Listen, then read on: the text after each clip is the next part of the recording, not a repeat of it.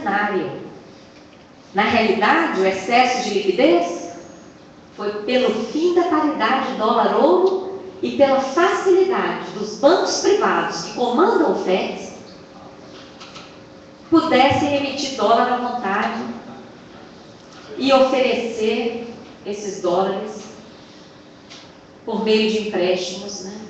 Sendo que depois eles mesmos subiram aquelas taxas que eram aparentemente baixas, 4%, 5% ao ano, eles mesmos, bancos privados, aumentaram essas taxas para mais de 20% ao ano, provocando a crise de 82, que abriu espaço para a entrada do FMI. O FMI entrou no Brasil em 83 e nunca mais saiu. E exigiu que aquela dívida, tanto a pública como a privada, adquirida na década de 70, fosse transformada em dívida a cargo do Banco Central. Então, houve uma estatização de dívidas privadas, por meio de contratos assinados nos Estados Unidos, em Nova York, regidos pela lei de Nova York, numa completa ofensa à nossa soberania, com uma série de ilegalidades. Tem um relatório brilhante do Severo Gomes, então o senador Severo Gomes, que está lá na nossa página da Auditoria Estadão. No início da década de 90, há uma suspeita de que essa dívida com bancos privados internacionais teria prescrito em 1992. Eu pergunto a vocês, o que é uma dívida prescrita? Morta. Isso foi ignorado. E essa dívida foi transformada em títulos no chamado Plano Brady. E esses títulos foram aceitos como moeda para comprar nossas empresas privatizadas a partir de 96. Vocês estão vendo como que a dívida se relaciona com toda a economia? E olha o dano. Uma dívida, uma ficção que cresce por conta de juros sobre juros, de elevação de juros pelos próprios credores, de transformação de dívida privada, de ressuscitação de dívida prescrita. De repente, troca e compra nossas empresas privatizadas. E o que não entrou nessa compra foi trocado por título da dívida interna, que lá no início do Plano Real chegou a pagar juros de 45% ao ano. Olha, isso acontece, continua acontecendo hoje com aqueles mecanismos e vai continuar acontecendo enquanto quem paga a conta está calado. Quem está ganhando está muito feliz, não é? Olha que mamata. Então, nós que pagamos a conta, temos que entrar nesse tema, né? Eu espero que aqui na universidade nós consigamos criar um núcleo para aprofundar esses estudos, né? Muita gente acha que o pagamento ao FMI acabou com a dívida externa.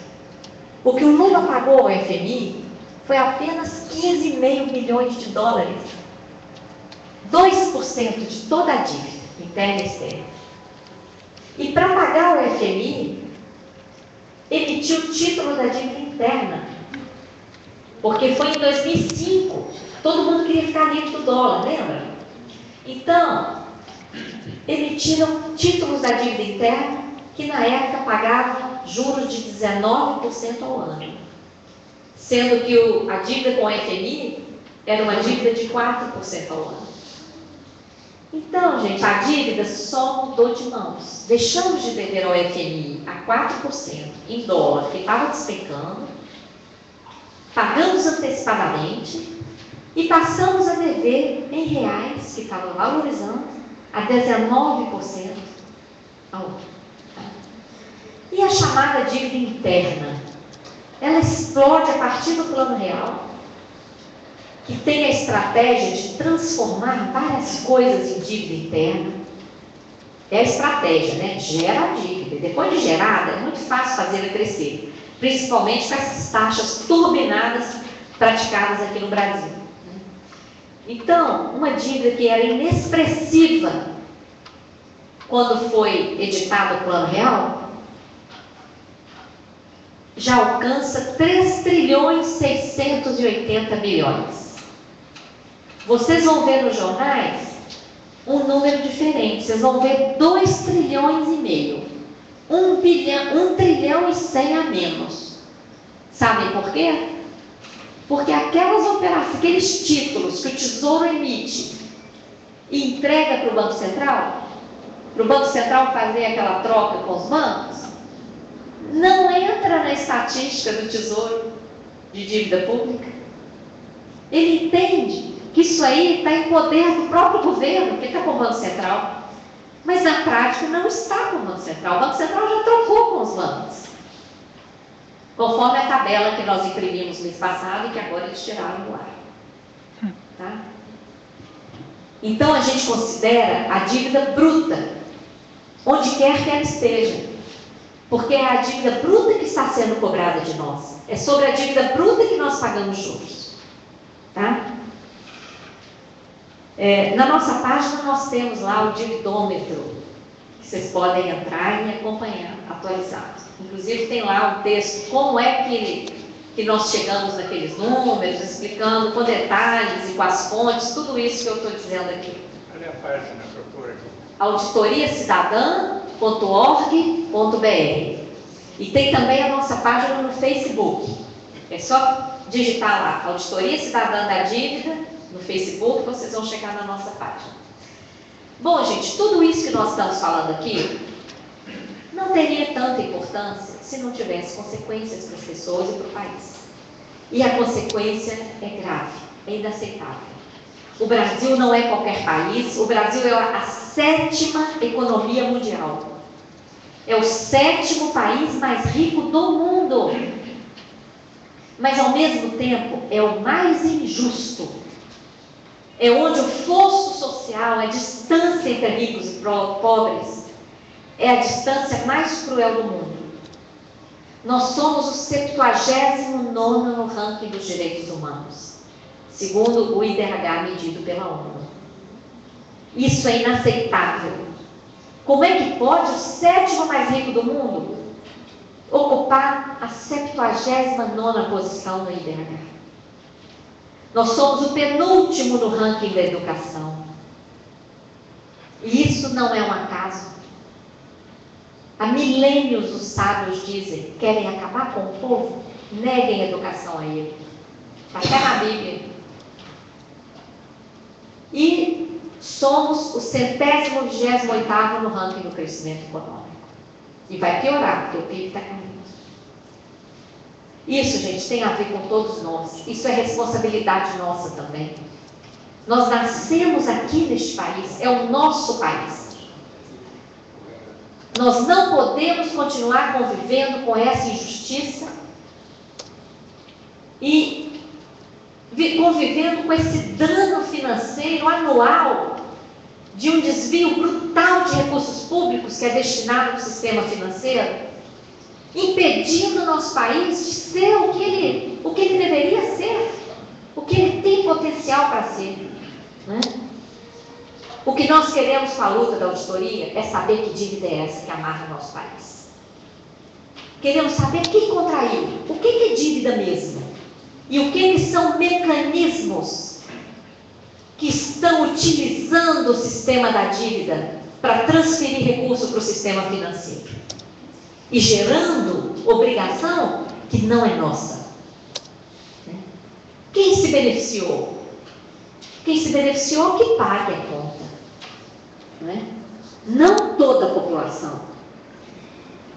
Qual é a responsabilidade?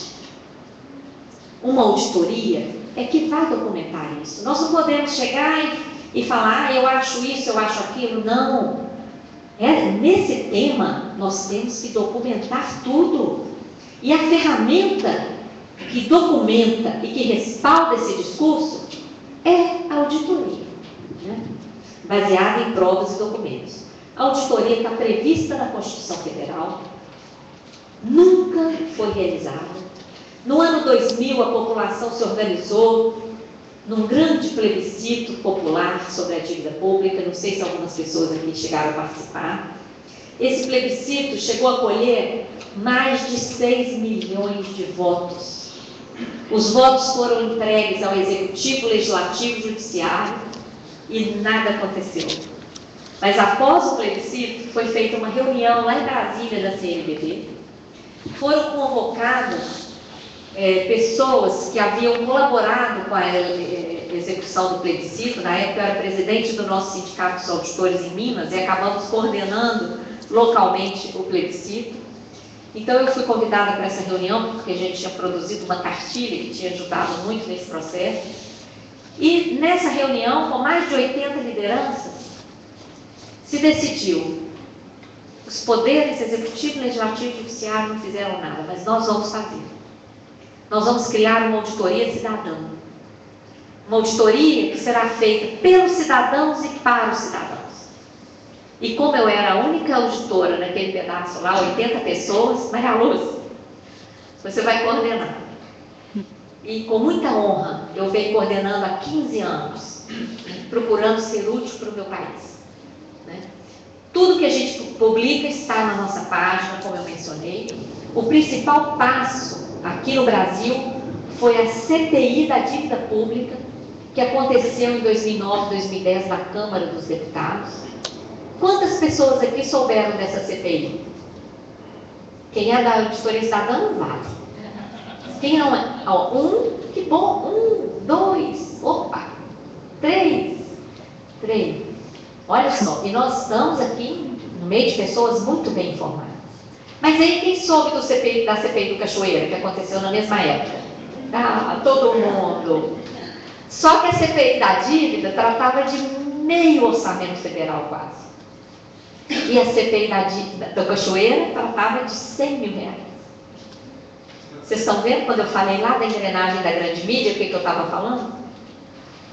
É isso. Bom, essa CPI, eu fui requisitada para assessorá-la, ainda estava nativa na Receita Federal, ainda não havia me aposentado, e fui trabalhar na CPI. Nós apuramos ilegalidades, ilegitimidades na dívida federal, externa e interna, na dívida dos estados, na dívida dos municípios. Produzimos quase 1000 páginas de análises técnicas que passaram a fazer parte do voto do deputado Ivan Valente, que foi um voto em separado, alternativo. Tanto esse voto separado como o voto do relator foram encaminhados ao Ministério Público desde 2010. Já passaram-se mais de 5 anos e nada acontece. Já fizemos várias reuniões, aquele parecer 2013 mesmo, que eu mencionei, é uma das tentativas de empurrar essa questão lá no Ministério Público, mas nada acontece.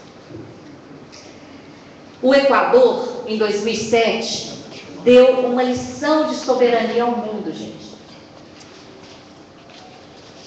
O presidente da República, Rafael Correa, criou uma comissão para fazer a auditoria da dívida, nomeou equatorianos e estrangeiros, foram 6 estrangeiros, e eu tive a honra de ser uma dessas pessoas. Analisamos toda a dívida externa e interna. Eu trabalhei na subcomissão de dívida com bancos privados internacionais e apuramos que o Equador já havia pago muito mais do que devia. E apontamos uma série de fraudes. Inclusive lá, documentamos aquela renúncia à prescrição da dívida que aconteceu em 92. A mesma suspeita que nós temos aqui no Brasil, lá nós comprovamos, nós encontramos o contrato de renúncia à prescrição da dívida. Bom, diante do relatório apresentado, o presidente Rafael Correa submeteu o relatório a crivo jurídico e, diante do ok, fez uma oferta pública aos detentores dos títulos, que recompraria aqueles títulos por no máximo 30% do valor. E qual foi a grande surpresa? 95% dos detentores dos títulos entregaram, ainda assinaram um termo que jamais entrariam na justiça em nenhum fórum contra o Equador. O Equador conseguiu anular 70% de sua dívida. Eu tenho aqui um gráfico que mostra a inversão. Todo ano, o gasto social era 1/3 do gasto com a dívida. Quando, em 2008, nós apresentamos o nosso relatório e o presidente Rafael Correa suspende o pagamento e destina o que ele pagaria juros e amortizações dessa dívida, ele destina à saúde e educação, pela primeira vez na história, o gasto social supera o gasto com a dívida. No ano seguinte, quando ele anula 70% da dívida, o gasto com a dívida fica lá embaixo e o gasto social dispara. Vocês podem olhar os dados da CEPAL. Nesses poucos anos, o Equador erradicou o analfabetismo, recriou o sistema de saúde pública. Na década de 90, o ajuste fiscal lá havia sido tão cruel que acabou a saúde pública no Brasil, que acabou a saúde pública no Equador. Nossa, aqui, hein? Tomara que não. Mas, na década de 90, então, gente, foi tão cruel que acabou a saúde pública lá.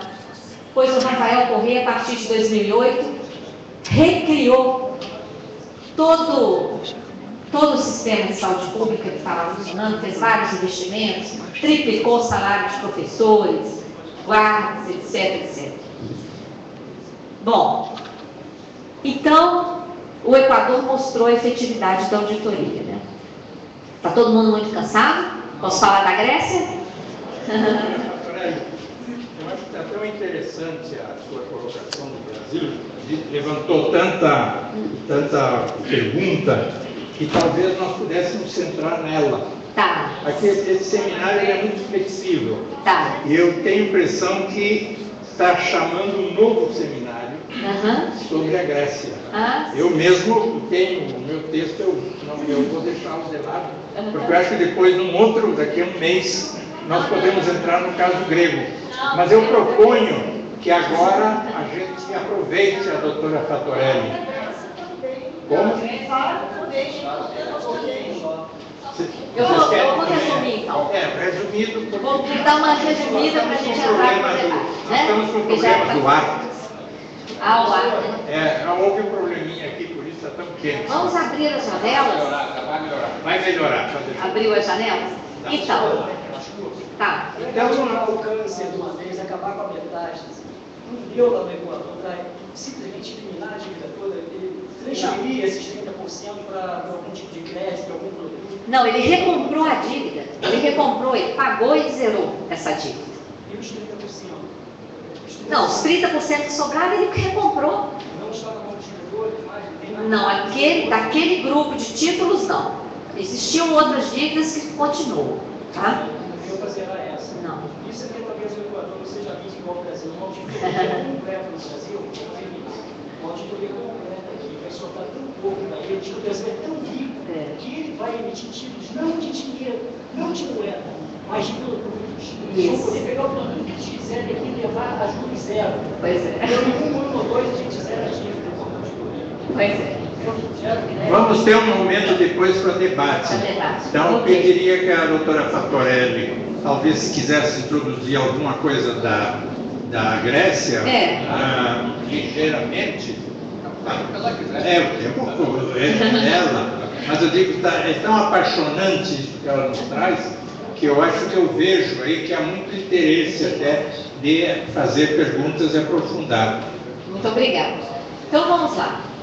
Para entender o tipo de contrato que nós encontramos lá na Grécia, nós temos que entender a conjuntura que estava, a conjuntura na qual a Grécia estava inserida, não só a Grécia, mas toda a Europa.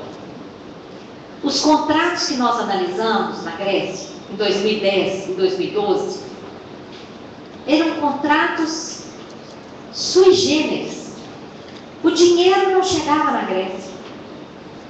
Eram contratos para beneficiar os bancos. E por que era assim? Aí a gente tem que entender a conjuntura.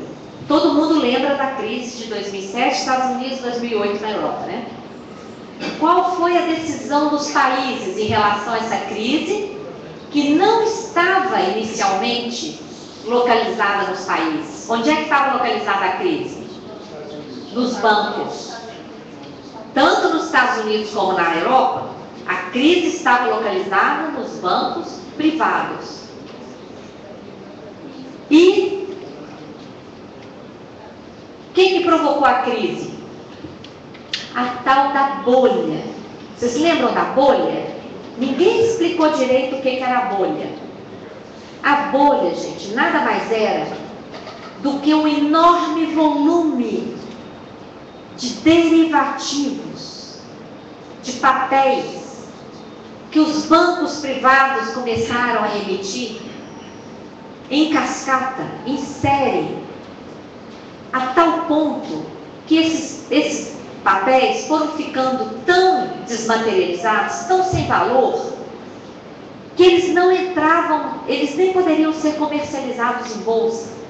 Eles eram simplesmente registrados e eles começaram a ser classificados numa seção fora do balanço dos bancos. Tem uma expressão em inglês, off balance, fora de balanço. A bolha era o volume desses papéis nessa seção off balance, fora de balanço, começou a ficar maior do que o próprio balanço dos bancos.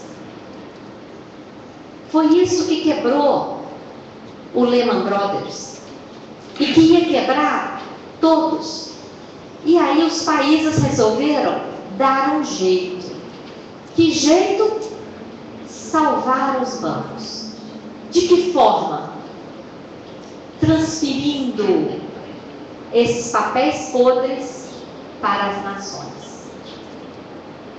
Mas se isso fosse declarado desse jeito, abertamente, teria havido um escândalo e isso jamais passaria.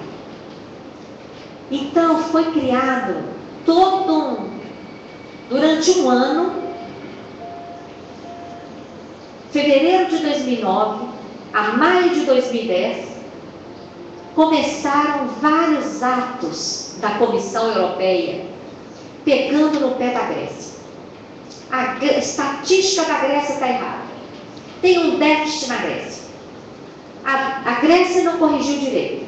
Está insustentável.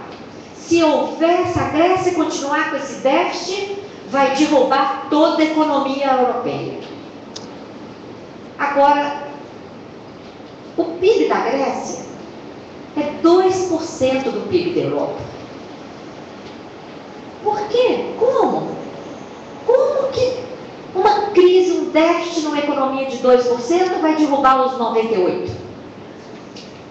É porque, gente, a Grécia foi usada como cenário. O mesmo ato da União Europeia que organiza o socorro à Grécia por meio de um acordo em 2010, conhecido como Acordo Bilateral, em que todos os países participariam. O mesmo ato trata da criação de uma empresa em Luxemburgo, uma sociedade anônima. Todo mundo sabe o que é Luxemburgo, paraíso fiscal. Uma sociedade anônima, não financeira. O contrato dela não nos foi entregue lá na Grécia. Eu consegui esse contrato buscando na internet, consegui acessar uma biblioteca virtual na Irlanda, uma biblioteca de documentos. Baixei e imprimi rápido, porque várias coisas que eu achei e não fiz isso, depois sumiu. Igual a tabela lá do swap e da compromissada do Banco Central. Some, gente. Então, o que dizia nesse contrato?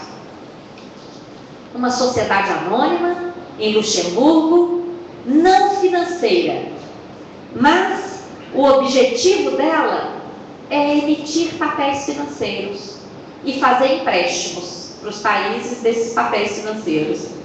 Mas ela não é financeira, não. Gente, só em Luxemburgo poderia criar uma coisa dessa. E quem são os sócios dessa SA? 17 países europeus. Dá para acreditar nisso? Lendo o contrato, está lá: os países podem delegar as suas atribuições, os diretores podem delegar as suas atribuições, o conselho pode delegar as suas atribuições. Peraí, todo mundo pode delegar? Quem está mandando nessa empresa? E toque pesquisar. Descobrimos, sabe quem? A agência de dívida alemã. É que na prática opera essa empresa de Luxemburgo. Gente, nós estamos falando de uma laranja.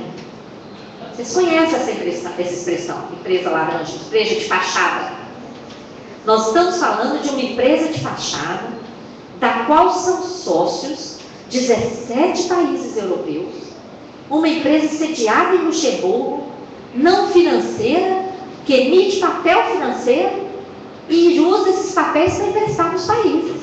E qual o comprometimento dos países? Quando ela foi criada, garantias de 440 bilhões de euros, que no ano seguinte aumentou para 780 bilhões de euros.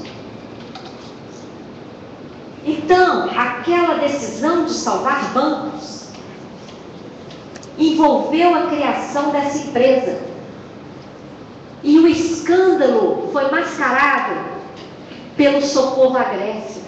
Porque no mesmo dia, todos os jornais do mundo anunciaram o acordo bilateral com a participação dos países para ajudar a Grécia. E a coisa muito confusa, só mesmo ali quem estava estudando a fundo e pegando os documentos para perceber o que era uma coisa e o que era outra. E o acordo bilateral,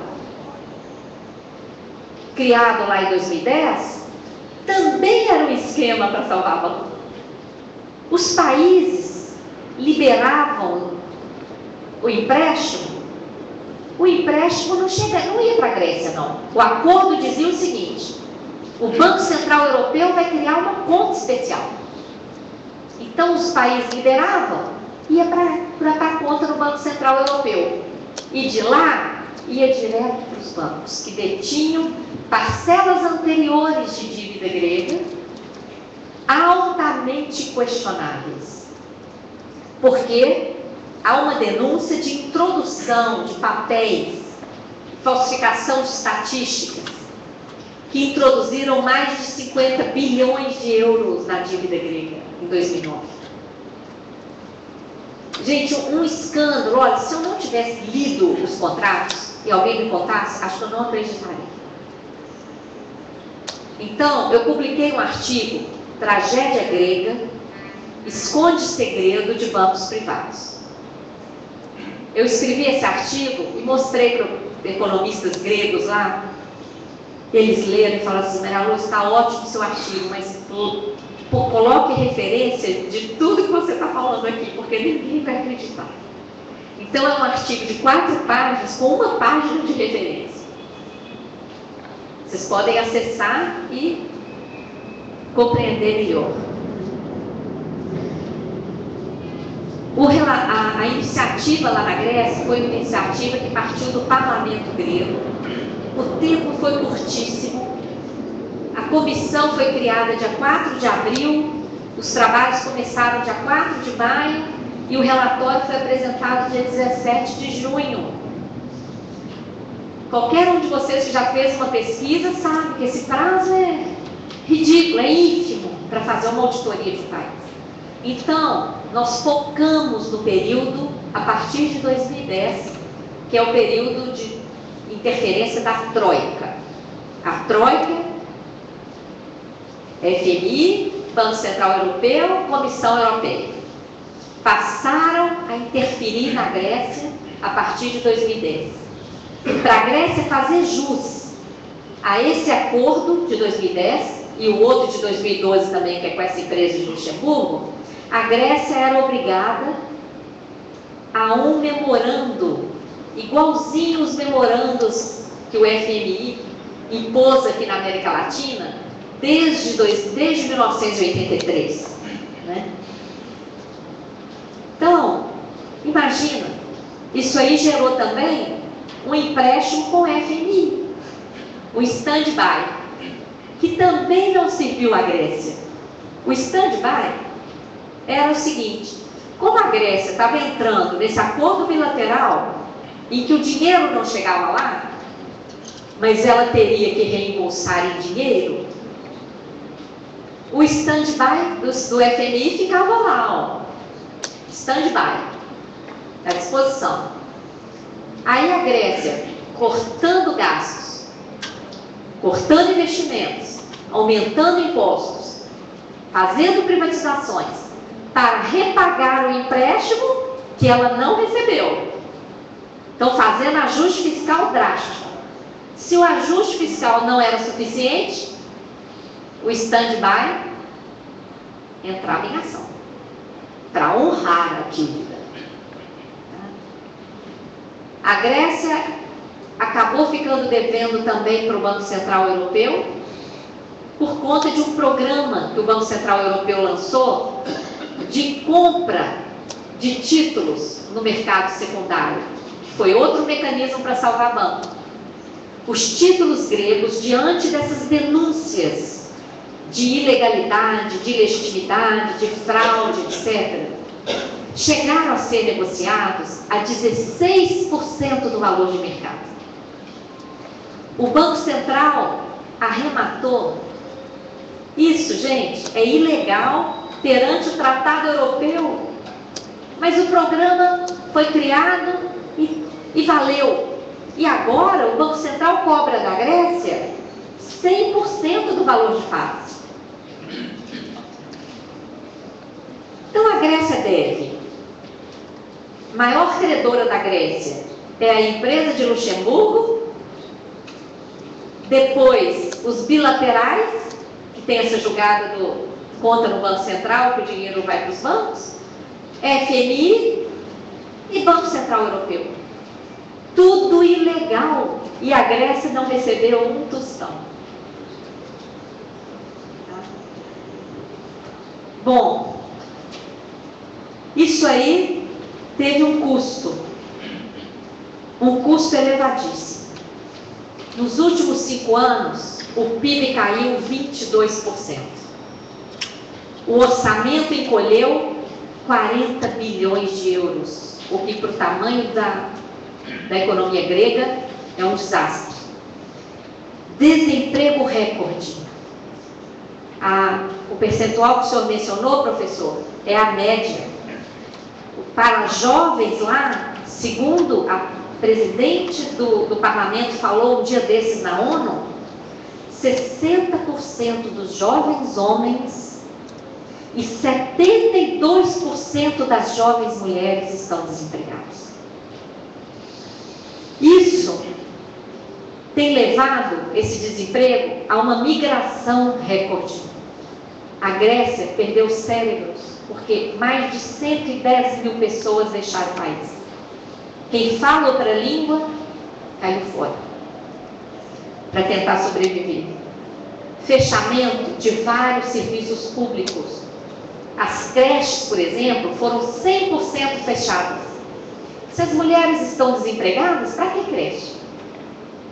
Para que assistência social? Elas fazem essa tarefa. Redução de salários, aposentadorias e pensões, que em alguns casos chegou a 60%. Contra-reformas, retirando direitos. Reforma da Previdência, reforma trabalhista, precarização do trabalho, que o contrato que está existindo lá na Grécia é um contrato, como a faxineira que limpava lá o quarto que eu ocupava do hotel, que é assim, ó, faz um contrato, o empregador te dá um celular, você tem que ficar com o celular ligado. e o empregador te liga: amanhã eu vou precisar de você. Aí você vai e ganha aquele dia. Nos outros dias, se ele não te ligar, você não vai nem ganha. Não tem garantia nenhuma, nenhum direito trabalhista. É o cúmulo da precarização. E as pessoas pegam, porque não tem nada. Pelo menos vai lá um dia e compra alguma coisa. Privatizações. Depois vocês entrem no Google com as letrinhas HRADF no Google. E depois entrem com Grécia. HRADF.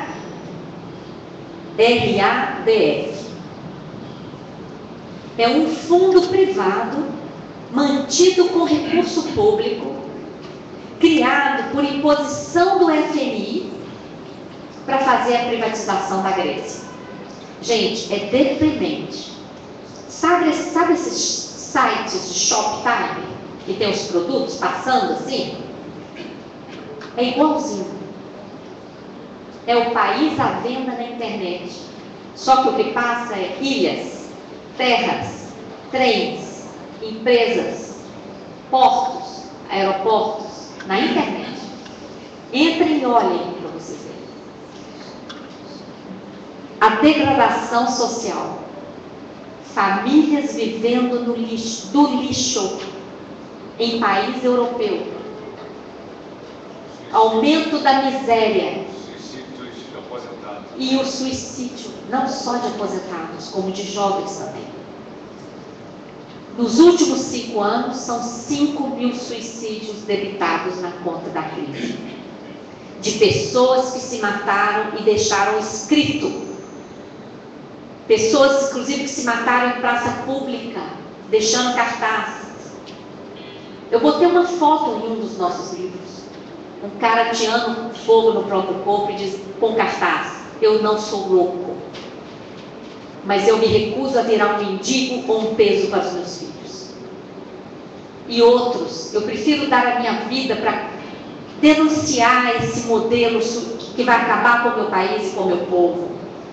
Vários. 5.000. Tem um programa do Ministério da Saúde na Grécia para conclamar as pessoas, pelo amor de Deus, para parar de se matar. Nesse ponto, né, eles são muito diferentes da gente. E no meio disso tudo, uma humilhação com a imprensa europeia chamando os gregos de preguiçosos, de vagabundos que não gostam de trabalhar, e falando que os pagadores de impostos dos outros países estão financiando a farra dos gregos e gostam de sair à noite para tomar cerveja.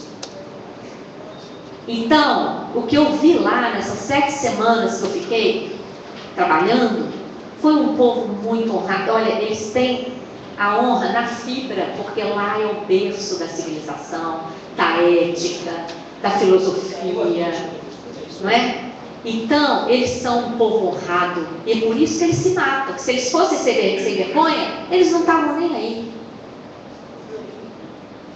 Eles se sentem machucados com essa humilhação. É um povo altamente generoso e está muito sofrido. É claro que lá também tem a elite podre, que leva os lucros para os paraísos fiscais, que dirige os bancos privados, que corrompe, mas é a minoria da minoria. A maioria do povo, gente, está sofrendo muito. E esse terceiro acordo que o senhor Tsipras assinou aprofunda tudo isso. Faz uma reciclagem da dívida com a EFSF, com essa empresa laranja de Luxemburgo. Quem passa a ser o credor, passa uma borracha no nome da empresa de Luxemburgo e substitui por ESM, outro instrumento mais formal, mais legítimo, com cara de mais limpo. Mas nós todos sabemos que não adianta jogar sal em carne podre. O que é podre. Não adianta simplesmente mudar o nome, não salva, né? E eu vejo com muita preocupação, né, essa guinada que o Tsipras deu. Na minha opinião, ele poderia ter resistido, porque o Syriza foi eleito para repudiar essa austeridade fiscal, esse plano que utilizou a Grécia como cenário, né, e que está atingindo toda a região, gente. Toda a Europa está passando por uma grave crise social, em decorrência desse salvamento bancário. Então, o Tsipras foi eleito para isso. E ele foi enfrentando lá aquelas reuniões, até chegar num ponto em que não tinham mais reserva. Aí, quando eles não tinham mais reserva, o Banco Central Europeu fechou o fornecimento de euros para a Grécia e obrigou a assinatura do acordo. Ele era contra, convocou o referendo, foi à televisão várias vezes para exigir o não, e dizia, inclusive, que se o povo dissesse sim, ele renunciaria.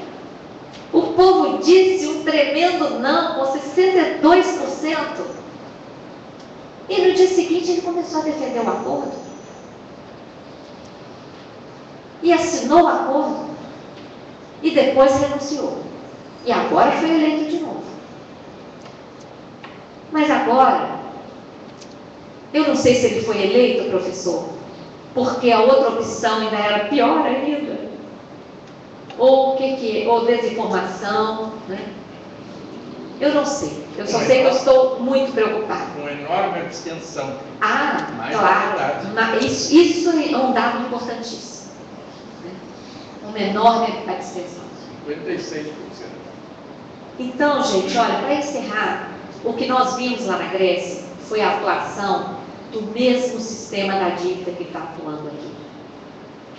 Da utilização do instrumento do endividamento público como um mecanismo de transferir riquezas, porque o que se quer no final é o patrimônio. E é isso que está acontecendo lá.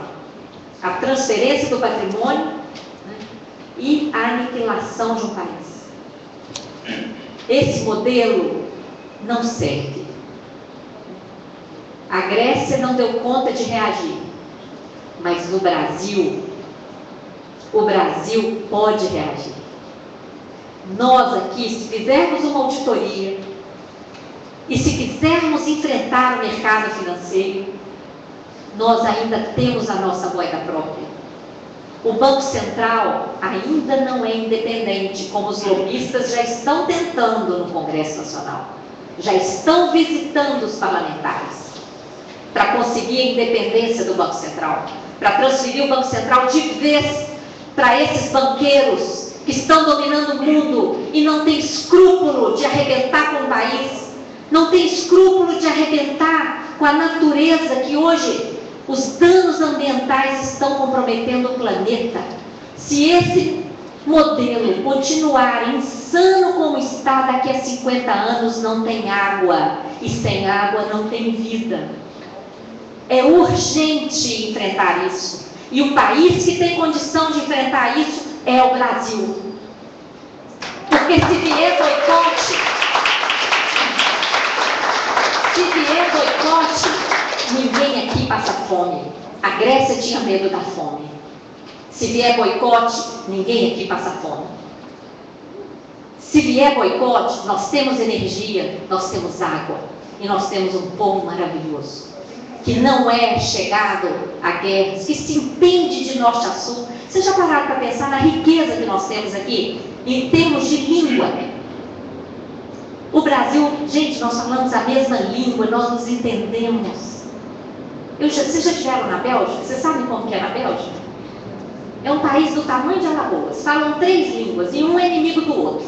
Chegaram a ficar 2 anos sem presidente, porque não chegavam a um acordo qual seria a língua do presidente. Olha a riqueza que nós temos aqui no nosso país. E a índole do brasileiro. Que todo mundo, quando se conhece, já quer ficar amigo, não é? estão tentando fazer diferente. Com essa desigualdade social, estão empurrando muita gente para a violência, porque a desigualdade, a crueldade, a completa ausência de acesso à educação, à saúde, a uma assistência mínima, está empurrando muita gente para a violência. Mas eu tenho certeza absoluta, se vierem programas sociais de verdade, esse país tem tudo para ser um país maravilhoso e para dar exemplo para o mundo e para dar uma virada urgente, necessária.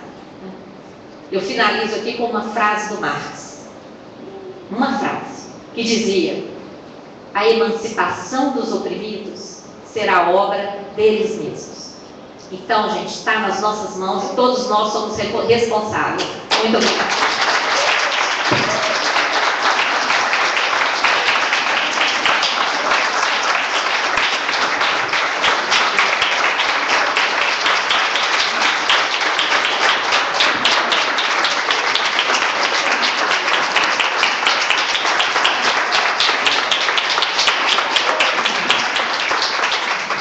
Acho que estamos numa apoteose, o consenso está aqui, e eu raras vezes vi um aplauso vinculando de tal maneira um compromisso com esse Brasil que emerge aí. Eu quero bater palmas de novo.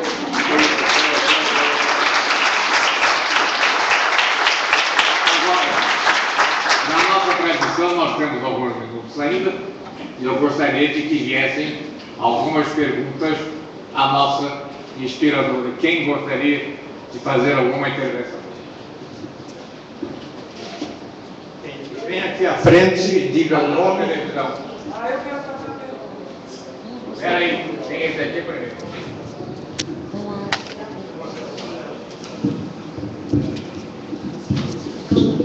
Eu só quero dizer que eu acho que nós temos matéria para um próximo seminário.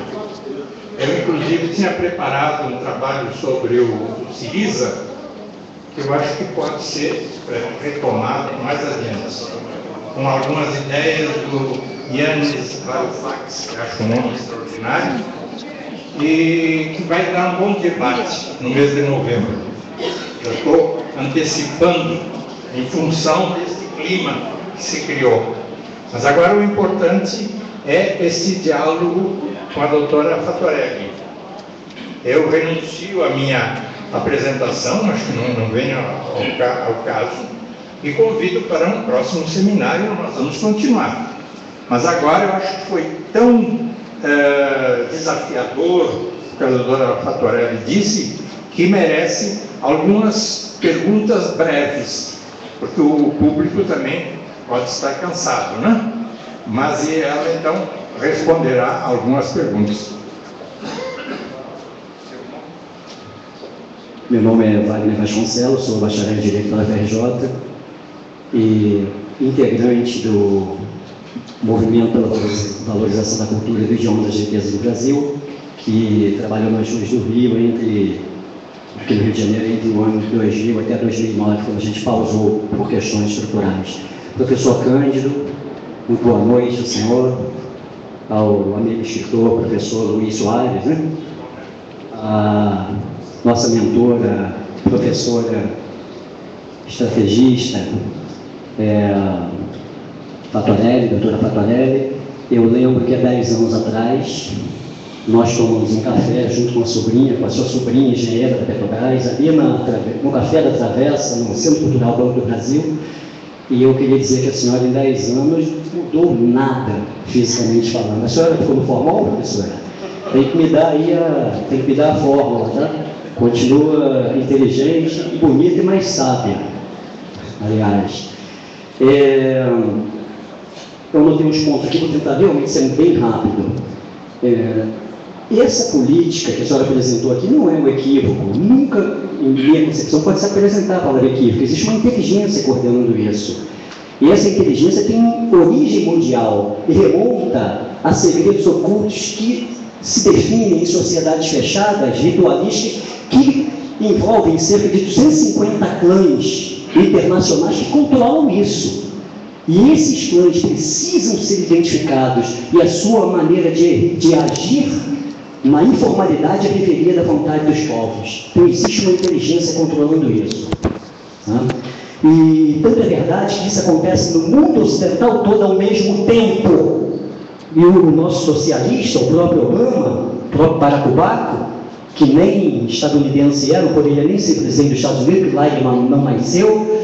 Há 3 anos atrás, ele declarou falência dos Estados Unidos, dizendo que os Estados Unidos não tinha condições de arcar com suas despesas financeiras, e pediu ao Congresso dos Estados Unidos, o país que mais arrecada impostos no mundo, para aumentar a dívida dos Estados Unidos. Inacreditável. Se o problema era a dívida de 17 trilhões, por que ele pediu mais veneno?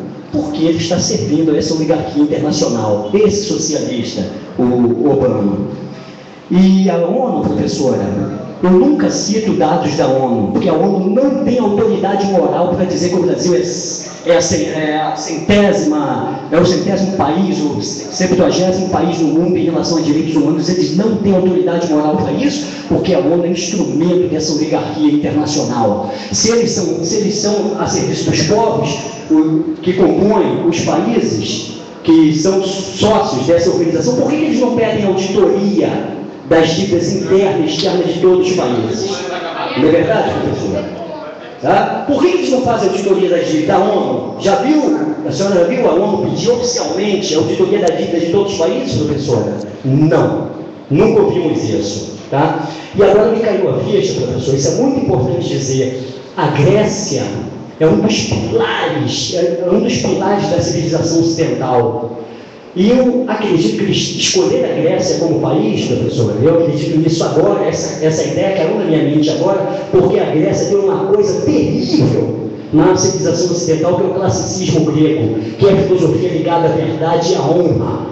E a verdade e a honra. E esse é um dos pilares que eles estão tentando destruir na sociedade ocidental para implantar um novo modelo de administração. A inversão dos valores completos. Então isso caiu na minha ficha agora. Isso é uma guerra cultural contra a cultura grega.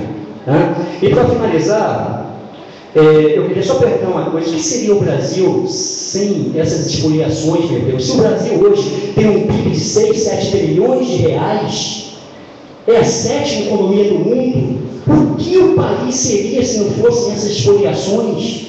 O Brasil cresceria, creio eu, a 10, 15% ao ano. Isso significa, se não fossem essas expoliações só nesses últimos 30 anos, em vez de 6 trilhões ou 7 de PIB, nós teríamos 25 trilhões. Eu fiz uma conta rapidamente aqui. Nós teríamos um PIB de 25 trilhões de reais hoje no Brasil.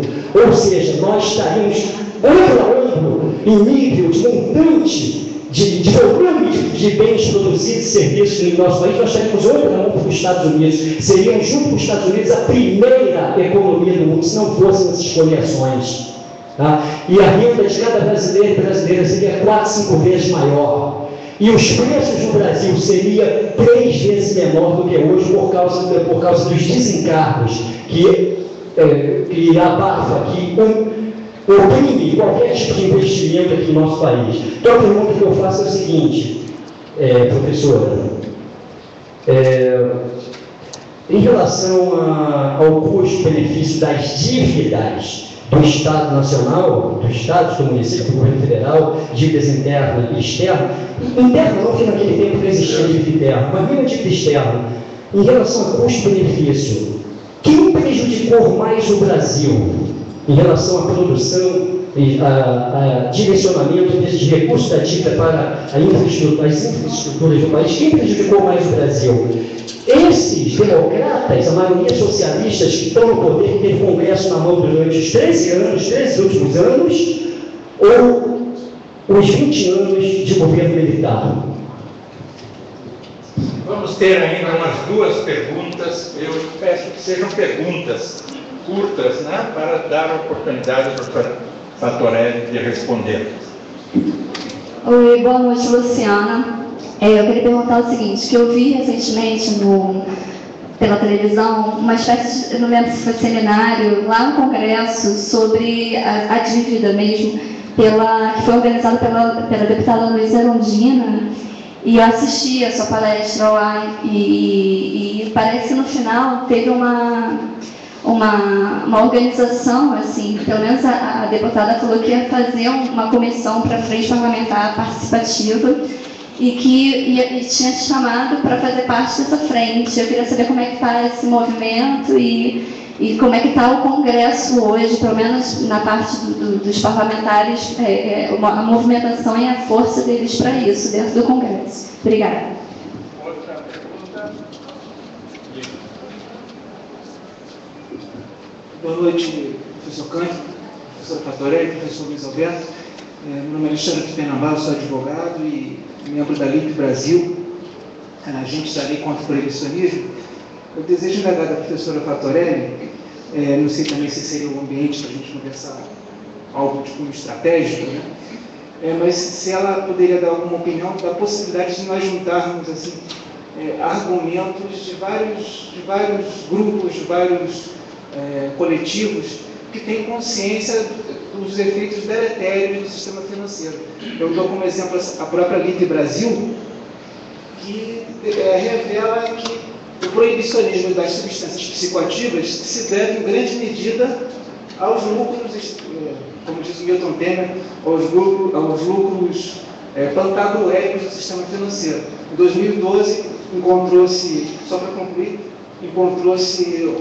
foi detectado um avião que estava transportando uma quantia absurda de dinheiro, em espécie, inclusive, né? Enfim, se haveria a viabilidade, se seria conveniente de atrelar a luta da auditoria cidadã da dívida à luta de outros coletivos. Muito obrigado. Uma pergunta? Tem mais duas ali, sendo curtas. Apenas para desmistificar, e aí gostaria que a Maria Lúcia Fatorelli pudesse dar uma interpretação mais lógica para essa questão. Há um mito de que o Plano Real controlou a inflação brasileira. Acabou com a inflação.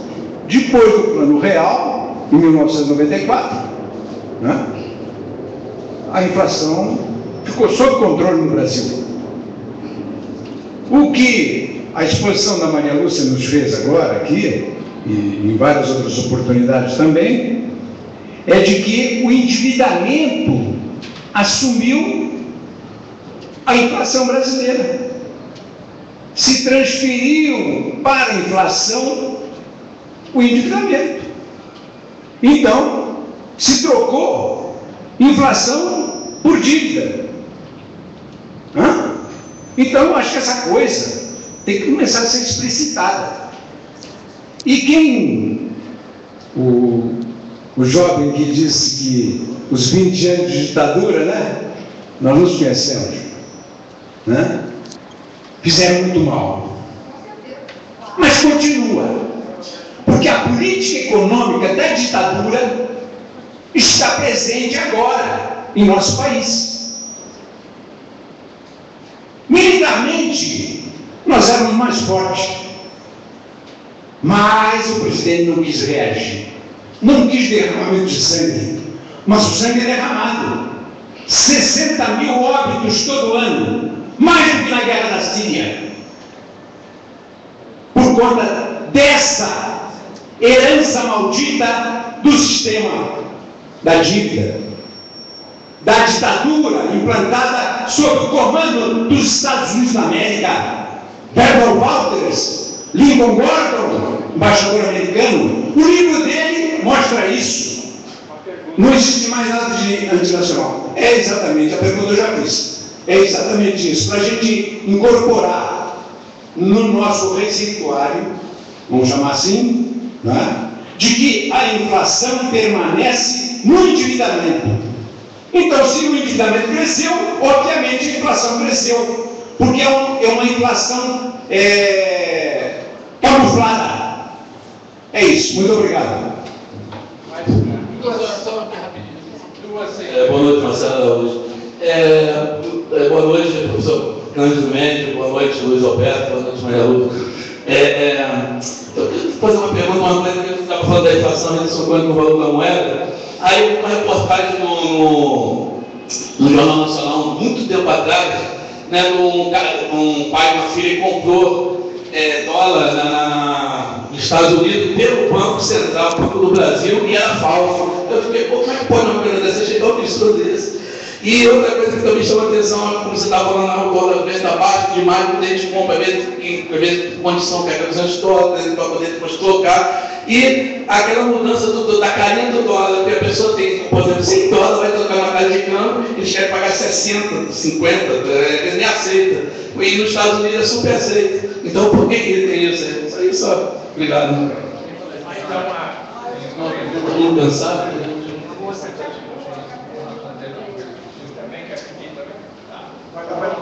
Bastante rápido. Eu acredito que existe uma certa ingenuidade, inclusive no campo da esquerda, em relação ao Syriza.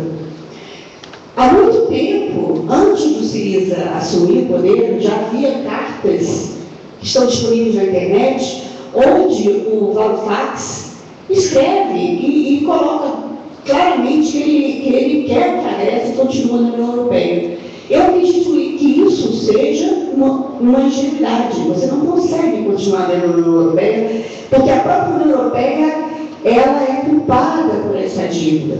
Ela provocou essa dívida, o salvamento dos bancos. Então, a pergunta que eu faço, o próprio KKE, que é o Partido Comunista Grego, denunciou isso várias vezes antes do plebiscito, antes de 2015, que havia aí uma certa ingenuidade, principalmente das esquerdas no mundo. E não existe, na minha opinião, uma ingenuidade em relação às outras esquerdas na Europa, como o próprio Podemos, como a própria mudança que houve agora dentro do Parlamento Britânico. Mas o que eu gostaria de perguntar é isso. Como é que se pode achar que o Syriza possa representar um avanço se ele está unido com o ANEL, que é um partido de direita, que controla o orçamento militar, por exemplo, que faz alianças com Israel e tem um papel geopolítico, a Grécia tem um papel geopolítico muito importante. Só isso. Obrigada. Mais uma que está pedindo a tempo. Boa noite, vou dispensar as boa noite. Vamos lá. Eu estou muito angustiada com as notícias de ontem do país em relação ao Supremo. Então, é porque, como o Rui Barbosa dizia, uma vez que o Supremo foi corruptado, não temos mais a quem recorrer. Quando você descreveu que a Grécia passou pela dignidade, é como eu me sinto hoje. A gente não tem mais o que fazer. Isso me angustia demais, porque eu dei uma filha de 15 anos e eu fico pensando, como vai ser isso? Entendeu? A gente não tem mais que falar da Grécia, a coisa está aqui. O negócio está sério aqui, pelo amor de Deus. Não é possível que ninguém veja isso. Entendeu? Ótimo aprender a Grécia, adorei tudo que você falou. E a gente faz o quê aqui? Entendeu? Eu quero falar daqui agora. Quero falar o que está acontecendo. Está tudo bom para todo mundo? Está tudo bacana? Está tudo legal? Eu não acho que está tudo legal. Eu não acho mesmo. Ok, os impostos, problemas tributários, problemas da dívida, problemas do banco, ok. Mas e agora? O dia de amanhã? E o pão de amanhã? Como é que fica isso? Muito obrigado, boa noite. Creio que temos bastante material aqui. Vamos pedir para a doutora Fatorelli um esforço de síntese, né, para responder a tantas provocações. Não, muito obrigada pelas colocações, né? Eu vou começar por essa. Eu não peguei seu nome? Cecília. Nome da minha segunda mãe. Sou tão privilegiada na vida que eu tive duas mães. Olha só, Cecília, é exatamente isso que a gente está debatendo. Eu não acredito em Salvador da Pátria, né? Vai aparecer o Salvador da Pátria e vai resolver tudo, e muito menos que existe solução mágica. Então tá, nós discutimos aqui e da manhã está tudo diferente. Ainda que eles chegassem do Salvador da Pátria e baixassem um decreto de um dia para o outro, está tudo diferente. Isso não existe. A realidade, tudo acontece na realidade através de um processo. Chegamos aonde chegamos em decorrência de um processo histórico que envolve Não, nós podemos voltar lá atrás, colonização, até, para falar só na parte da dívida, a dívida começa com a nossa independência. Em 1822, quando o Brasil conseguiu decretar a independência, a nossa primeira dívida já foi uma dívida do sistema da dívida. Portugal havia contraído uma dívida junto à Inglaterra para lutar contra a nossa independência, não pagou a nossa independência, nos empurrou a dívida. Nós já nascemos endividados. Ele mandou uma dívida de mais de 3 milhões de libras para cá, mas o dinheiro não. Mandou só a dívida. E nós tivemos que repagar, que pagar de volta o dinheiro que nunca recebemos. Então, o processo é histórico. Nós chegamos onde chegamos hoje por várias razões, inclusive por omissão. Olha, cidadania aqui no Brasil é uma coisa muito atrasada. As pessoas acham que aquilo não tem a ver com ela e não participam dos debates, né? E não aprofundam. Então, muitas vezes, uma crise como essa, que eu concordo com você que está tudo muito grave, por isso que eu levei a maior parte aqui da nossa exposição falando do Brasil. Então, nós precisamos cuidar do nosso país, é o nosso país, são os nossos jovens. O meu filho trabalha numa empresa em São Paulo que ia mandar 50% embora. Chamaram para conversar e lá, todo mundo junto, chegou à conclusão. Então, se não tem saída, então 30% foi mandado embora e os 70% que ficaram tiveram 30% de redução salarial. Então a crise está aqui sim. Teve um momento hoje que eu falei, a Grécia já é aqui. Quando nós enfrentamos isso, o orçamento apresentado com déficit de 30 bi, o que é isso, gente? É encolhimento do nosso orçamento, que levou lá na Grécia a cortes salariais. Se continuar encolhendo, é isso mesmo. Então, olha, nós temos que cuidar do nosso país. A arma que nós apresentamos é a arma do conhecimento.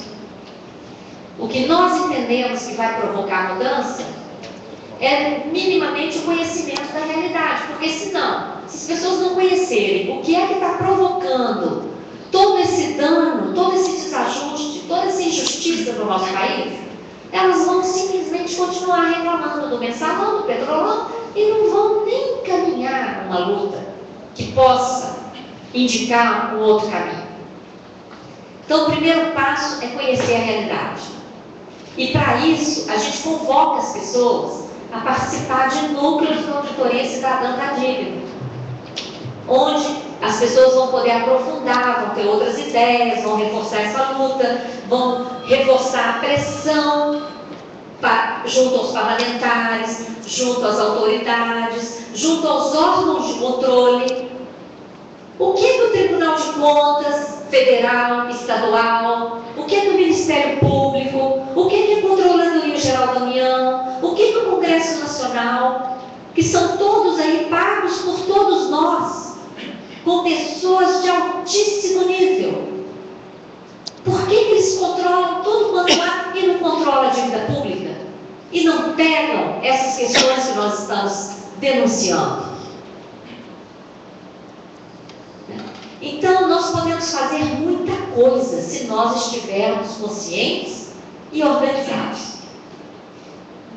E eu não coloco a auditoria cidadã como única saída, não. Eu tenho certeza que aqui tem muitos centros de estudos, muitas associações, muitos grupos interessantes.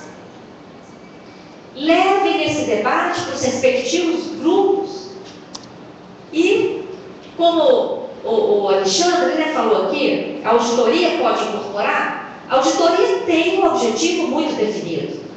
A nossa bandeira é a auditoria da dívida. O nosso tema é a dívida. A gente tem nas nossas reuniões pessoas vindas de vários lugares, de várias associações. Mas a gente não vai assumir outras bandeiras porque a gente tem um foco.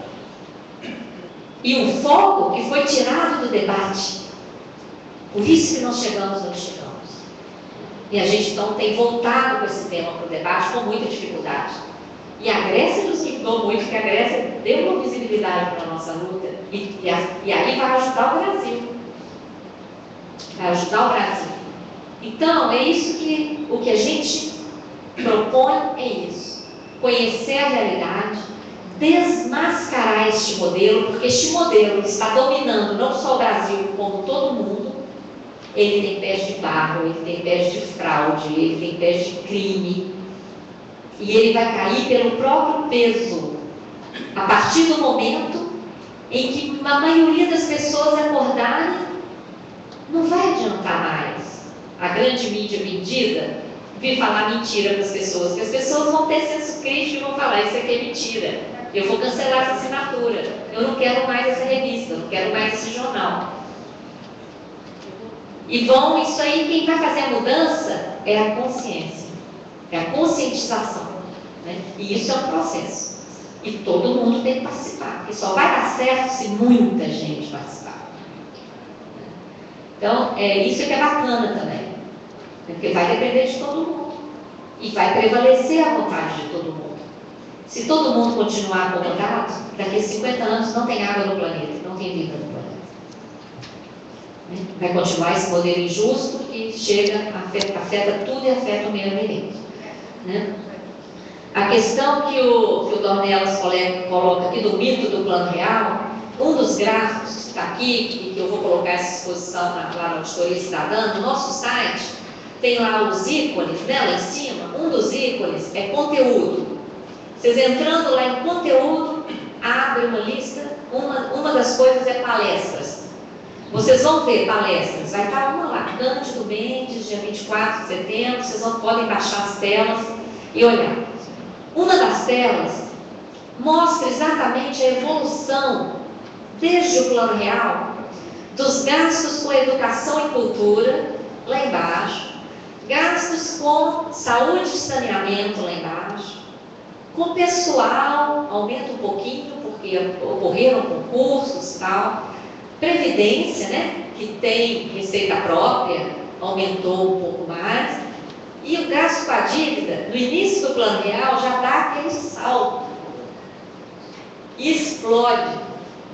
Por quê? Enquanto todos os outros gastos ficaram congelados, porque a inflação foi abolida, a medida provisória que cria o plano real diz que acabou a indexação no país, que são nulos os contratos que prevêem indexação, mas para a dívida continuou. Continua a indexação para a dívida de forma mensal, cumulativa, calculada pelo IGP, Índice da Fundação Getúlio Vargas, que está aqui, acho que desde 64, né? Coincidência. Então, existe realmente o mito do plano real, que manteve congelado todos os outros gastos, exceto o gasto com a dívida. A questão do dólar, que foi colocado aqui, né, por duas pessoas, o dólar, gente, é emitido pelo FED, pelo Banco Central Americano, que é privado, desde a sua criação. Tem um livro muito interessante que conta a história da criação do FED. Ele não existe em português, só existe em inglês. É A Criatura de Jekyll Island. Vocês podem acessar. E o único presidente norte-americano que tentou retirar do FED a atribuição de emitir o dólar e transferiu para o Tesouro norte-americano foi o Kennedy. E todo mundo viu como que ele morreu. Falando do John. Né? Logo, seu sucessor, depois daquela cabeça explodida, enquanto eles tinham certeza que a televisão estava filmando, para todo mundo ver, o seu sucessor revogou esse ato e desde então é o FED que emite o dólar e que controla, né? Apesar de, em 1971, num domingo, o Nixon ter vindo à rede de televisão e anunciado: a partir de hoje acabou a paridade do dólar com o ouro. Agora é papel mesmo. Foi o primeiro passo da financiarização mundial, né? E está aí até hoje. O Syriza é uma coligação desde o início, então tem de tudo no Syriza. Gisele mencionou aqui da direita, tem da direita, tem da esquerda radical, tem de tudo no Syriza. Mas o Syriza tem um papel muito importante, porque ele trouxe a esperança de volta lá na Grécia, né? Então, durante aquele período que eu estive lá, que foi antes da capitulação, muita gente falou comigo. Depois que o Syriza foi eleito, caiu o número de suicídios, a gente voltou a sorrir, voltou a ter esperança. Então ele cumpriu o papel. E ele mostrou, eles não conseguiram, né? Embora a gente ache que daria para lançar a moeda alternativa, né? Seria difícil, mas não seria impossível. Mas eles não conseguiram, por conta dessa dificuldade, né, de estar dentro da União Europeia e também dificuldade dentro do próprio partido, ali, aquela divisão interna. Não conseguiram. Agora, vamos ver, gente. Nós vamos ter que acompanhar o que vai acontecer lá, né? Porque eu não tenho muita expectativa, não, porque a gente está vendo que o programa aprofunda, exige mais 50 bilhões de euros de privatizações. O que vai sobrar na Grécia? Não vai sobrar nada. Por último, a questão lá da frente parlamentar, Luciana, né? Nós estamos no processo de coleta de assinaturas de parlamentares para criar a frente. Nós queremos criar uma frente parlamentar mista, que envolva deputados e senadores. Nós precisamos de 198 assinaturas para poder criar a frente. E de acordo com a sugestão da Luísa Erundina, é uma frente com participação social. Isso é que é legal, né? Então nós vamos ter voz nessa frente. Nós já conseguimos umas 80 assinaturas, ainda falta. Se vocês quiserem ajudar e coletar a assinatura dos parlamentares do Rio de Janeiro, vocês já vão estar ajudando nessa luta, tá? De buscar assinaturas dos parlamentares. O formulário para essas assinaturas está na nossa página. Se vocês entrarem lá na página auditoriacidadã.org.br e lá na busca colocar frente parlamentar mista, vocês vão ver o documento. É só baixar, imprimir e correr atrás e mandar para nós, né, ou avisar para alguém do núcleo, né? Nosso núcleo aqui no Rio de Janeiro tem aqui a Rita Pinel, ali, ó, uma auditora também aposentada, voluntária. Mas, Maria Lúcia, né? Lá tem também os parlamentares que já assinaram? Ainda não, mas eu vou pedir para colocar, né, para não ficar aí gastando energia para ir quem já assinou. Você tem razão. Eu vou pedir para colocar o formulário e a lista de quem já assinou, para a gente ir alimentando essa lista, que aí é uma maneira também de todo mundo se envolver. Além dessa frente, eu participei de um outro seminário lá, na Comissão de Finanças e Tributação, e foi muito interessante, porque eu fiz um discurso mais curto do que esse aqui, que lá eu tinha só 20 minutos, mas os parlamentares da Comissão de Finanças e Tributação ficaram assim, olhando, né? E aí, num determinado momento, eu falei: e os senhores que estão aqui na Comissão de Finanças e Tributação são responsáveis, porque isso aqui é uma Comissão de Finanças e Tributação da Câmara dos Deputados. Os senhores são responsáveis. Aí a presidente da comissão, no final, falou assim: olha, eu não sabia de muita coisa que ela falou aqui. Então nós vamos criar uma subcomissão de dívida pública. E criaram. E nós fizemos uma proposta de requerimento de informações e dados, inclusive essas operações de swap. Com quem foram feitos esses contratos? Se nós aqui estamos pagando, queremos saber com quem.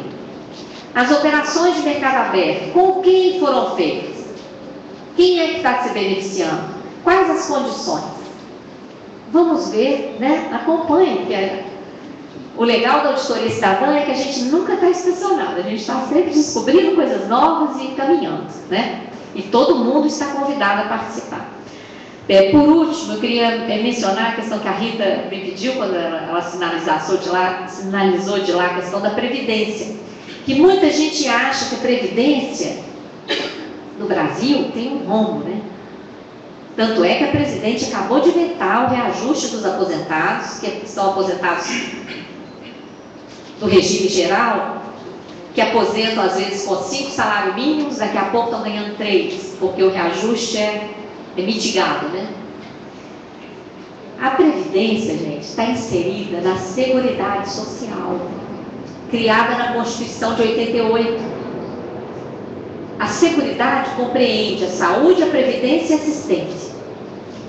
E o financiamento da Seguridade também está lá na Constituição. A Seguridade é financiada pelos trabalhadores, está lá escrito na Constituição Federal. Os trabalhadores vão financiar sobre a folha, com a contribuição sobre a folha. As empresas vão financiar com a contribuição sobre o lucro. Então foi criada a contribuição social sobre o lucro líquido. E toda a sociedade vai financiar a Seguridade com a COFINS, contribuição para financiamento da Seguridade Social, que incide sobre o consumo de qualquer item. Olhem as contas de luz, de telefone, de energia, tudo que vocês adquirem, tudo tem COFINS. Como é que apuram o rombo da Previdência? Fazem uma conta torta. Pegam somente a arrecadação da folha e comparam com todo o gasto da Previdência. E eu pergunto para vocês, onde é que está escrito isso? Em lugar nenhum. Na Constituição está descrito o sistema de seguridade e está descrito o conjunto de financiamento. A ANFIP faz o orçamento da Seguridade Social, porque o governo não faz, o Congresso não faz. A ANFIP, a Associação dos Auditores, faz. Vocês sabem quanto sobrou no orçamento da Seguridade? Ano passado? 53 bilhões de reais. Nós deveríamos estar discutindo, professor, como vamos aplicar 53 bilhões na saúde, na assistência e na previdência. Então, Cecília, há esperança, há recurso, mas nós temos que brigar por isso. E não tem nenhum governo inocente, viu, Wagner? Nenhum.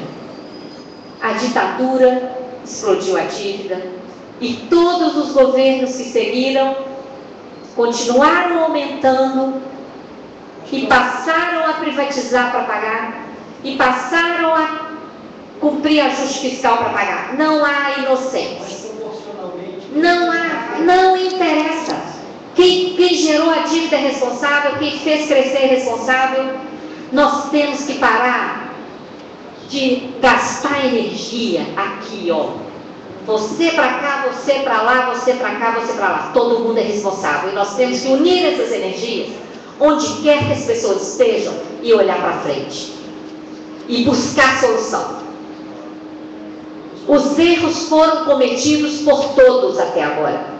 E vamos, a partir de agora, procurar solução. Tá? Muito obrigada. Agradeço imensamente. Agradeço imensamente o professor Francisco Mendes por tudo que o senhor faz. Professor Luiz Alberto, muito obrigada. E participem, gente. Participem das páginas, dos núcleos e criem outro núcleo aqui, por que não? Muito obrigada. Antes de passar a palavra ao professor Cândido Mendes, para encerrar, eu só queria dizer duas coisas. Eu acho que nós estamos aqui na primeira parte de um seminário que pode ter um segundo momento. E nós vimos a dimensão econômica muito profundamente. Quem sabe uma reflexão, e aí é a minha profissão, sociólogo, cientista político, a dimensão política e a dimensão social de tudo isso a partir do que a doutora Fattorelli nos disse. E eu apenas lembraria um texto magnífico do Yanis Varoufakis, de 30 de agosto, Nossa Primavera de Atenas, em que ele diz: um fantasma recorre à Europa. Lembra uma frase lá do Manifesto de 1848. Um fantasma recorre à Europa, o espectro da democracia. Então, acho que nós podemos seguir conversando sobre isso. E sobre um ponto que eu acho que é muito importante, que é muito atual. A Argentina entrou nas Nações Unidas com uma proposta para a reestruturação da dívida, para não ficar na mão do que eles chamam os buitres. Isso foi, na votação, foi 135 países a favor, 6 contra, claro, Estados Unidos, Reino Unido, Japão, Alemanha, Israel e Canadá, e por cores. E 42 abstenções. E pasmem, uma das abstenções é a Grécia. Então, eu gostaria que a gente continuasse um pouco, a partir dessa riqueza de material que surgiu hoje, da gente ver um pouco a dimensão política, a dimensão social. E como a sociedade, que é a dita cidadã, a ideia de cidadania, eu acho que pode fazer parte de um futuro seminário, continuação desse. Eu sinto que nós estamos na metade de um processo. Então vocês vão receber. Esse programa estava muito marcado pela Grécia, e vimos a Grécia, mas eu acho que ainda podemos avançar um pouco mais e ver também a dimensão política, social, não só no Brasil, mas um pouco na nossa América Latina. Então, eu queria agradecer à doutora Fattorelli, que nos deu essa sede de continuar a trabalhar de uma maneira tão clara e tão desafiante. Ela nos desafiou. Então, eu acho que nós temos que continuar, e ainda há várias coisas pela frente para serem trabalhadas. Eu passaria ao professor Pedro Mendes para ele encerrar. Não, eu só quero agradecer não só a inspiração que a professora Fattorelli nos trouxe, mas todos os que intervieram aqui. Quero dizer que isso tudo está na TV, vai ser publicado na TV universitária, e a assistência é de 80 a 90 mil pessoas. É claro que dentro dessa assistência nós vamos ver que a insurreição da professora Fattorelli vai ganhar muitos outros votos e muitas outras adesões. Não sei o que agradecer mais, se é a competência, se é a coragem, ou se é a capacidade prospectiva de nos desenhar de maneira tão nítida um futuro. Muito obrigado.